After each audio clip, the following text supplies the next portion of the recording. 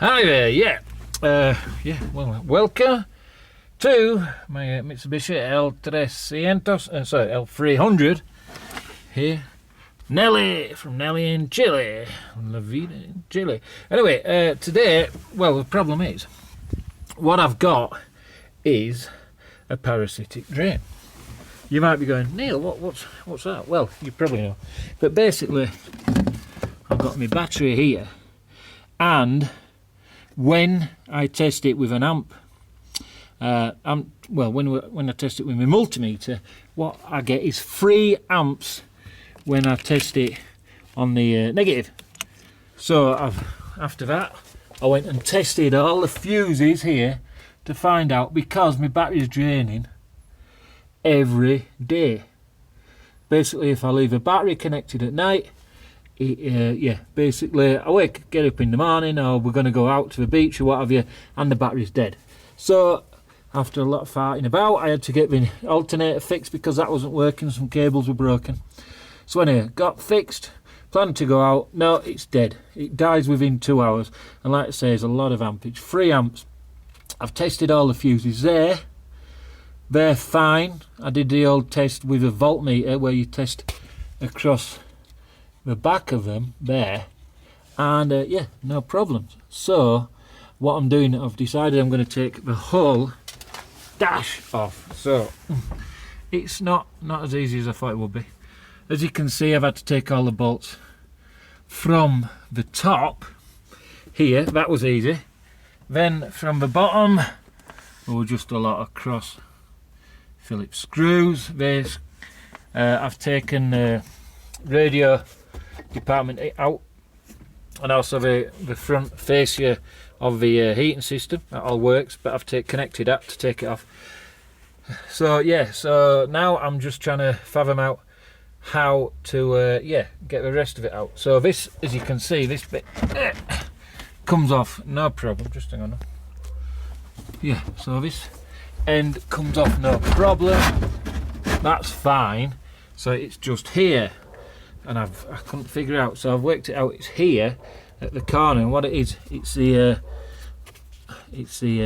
brake fluid bottle. If you look there, there's a little bolt. So I'm going to have to remove the dash, which is almost coming out. It's 2 screws there to take it off. 2 screws there, and then look, it kind of as you can see, it kind of anchors forward, but it's just caught here. So I'm going to have to get my screwdriver in a bit more, my herramientas, as they say in Spanish. There you go. So what I've discovered also is, there's a lot of cables behind here, because when I bought this, it was 18 years old. I've had it a year and a half now.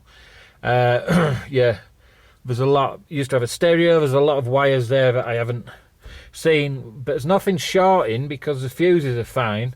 But I have discovered there's some more relays at the back, where the old speaker used to be. I don't know if you can see, get this up there. There's some relays, so I need to get the dash off in order to test them to see if they have a problems. It's not the fuse, if it's not the relays, it could be the relays on the glow plug. I haven't tested that yet, so anyway, so what I'm going to do, I'm going to have a bit of a fiddle more round with the dash, but I thought I'd put this on YouTube because there's pretty much nothing for getting it off.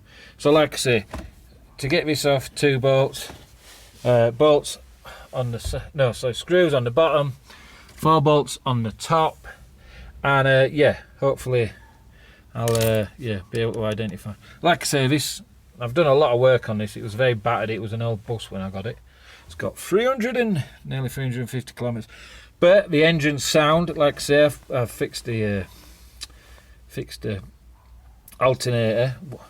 I thought the alternator was knackered. It turned out I had a dodgy voltmeter, so I removed an alternator and put the old one back on for nothing. So there you go. At least I've got a spare alternator, so that's okay. Right, well, I'll once I sort out how to get the rest of the display off, and we get into the crux of it, I'll keep you updated. So there you go. So if you want to know how to remove a dashboard on a Mitsubishi L300, or I think it's pretty much the same for Mitsubishi Delica, this is year 1999. Yeah, it's pretty simple, but I'll keep you updated. Okay, keep on rocking in a free world. See you later. Bye.